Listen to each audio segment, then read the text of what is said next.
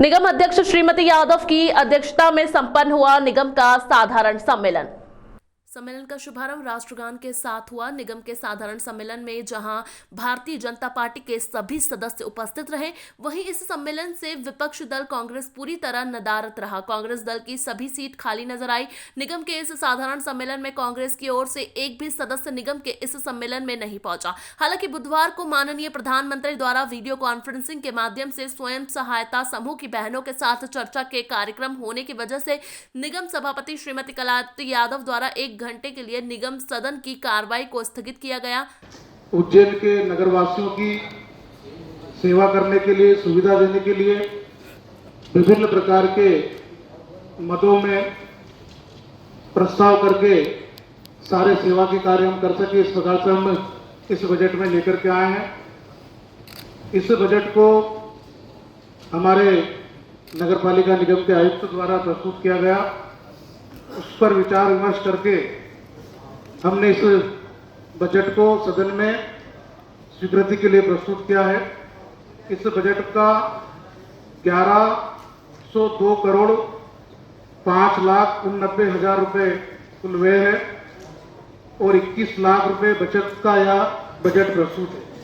1 घंटे बाद पुनः निगम के साधारण सम्मेलन की कार्यवाही प्रारंभ हुई, जिसमें आगामी कुल 5 बिंदु के साथ निगम बजट 2024-25 एवं शहर विकास से जुड़े कई बिंदुओं पर चर्चा की गई, जिसके अंतर्गत सर्वसम्मति से ध्वनि मत से सभी बिंदुओं को पारित कर दिया गया।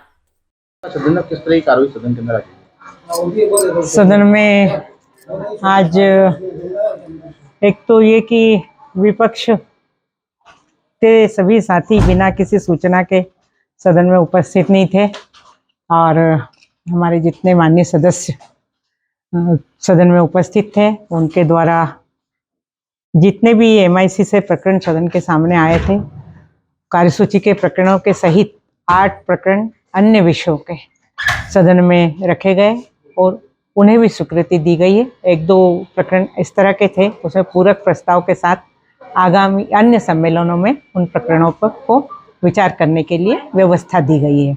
इस तरह से सदन के सामने प्रस्तुत समस्त प्रकरणों को कुछ प्रकरणों को अन्य सम्मेलनों को रखने के अलावा स्वीकृति प्रदान की गई है।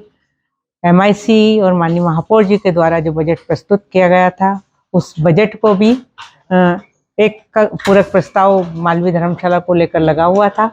उस पूरक प्रस्ताव के अनुरूप व्यवस्था देते हुए बजट को ध्वनि मत से पास किया गया है। मैं पूरे सदन को अपनी ओर से बहुत बधाई और शुभकामनाएं प्रेषित करती हूँ बजट 2024 और 25 के पारित होने के उपलक्ष्य में। शहरवासी किस तरह की सुविधा बजट के माध्यम से भविष्य में? निश्चित रूप से बजट में शहर के निर्माण कार्यों को लेकर, बजट में मूलभूत सुविधाओं को लेकर, अन्य काम जो नगर पालिक निगम के अधिकार क्षेत्र के हैं, उन सभी काम को सुचारू और सुदृढ़ तरीके से करने के सुझाव बजट में है और बहुत सारे प्रस्ताव पार्षदों के आए हुए हैं। इन प्रस्तावों की समीक्षा करके प्रस्तावों में जनहित के और निगम हित के प्रस्ताव भी हैं, उन सारे प्रस्तावों को भी स्वीकृति प्रदान की गई है।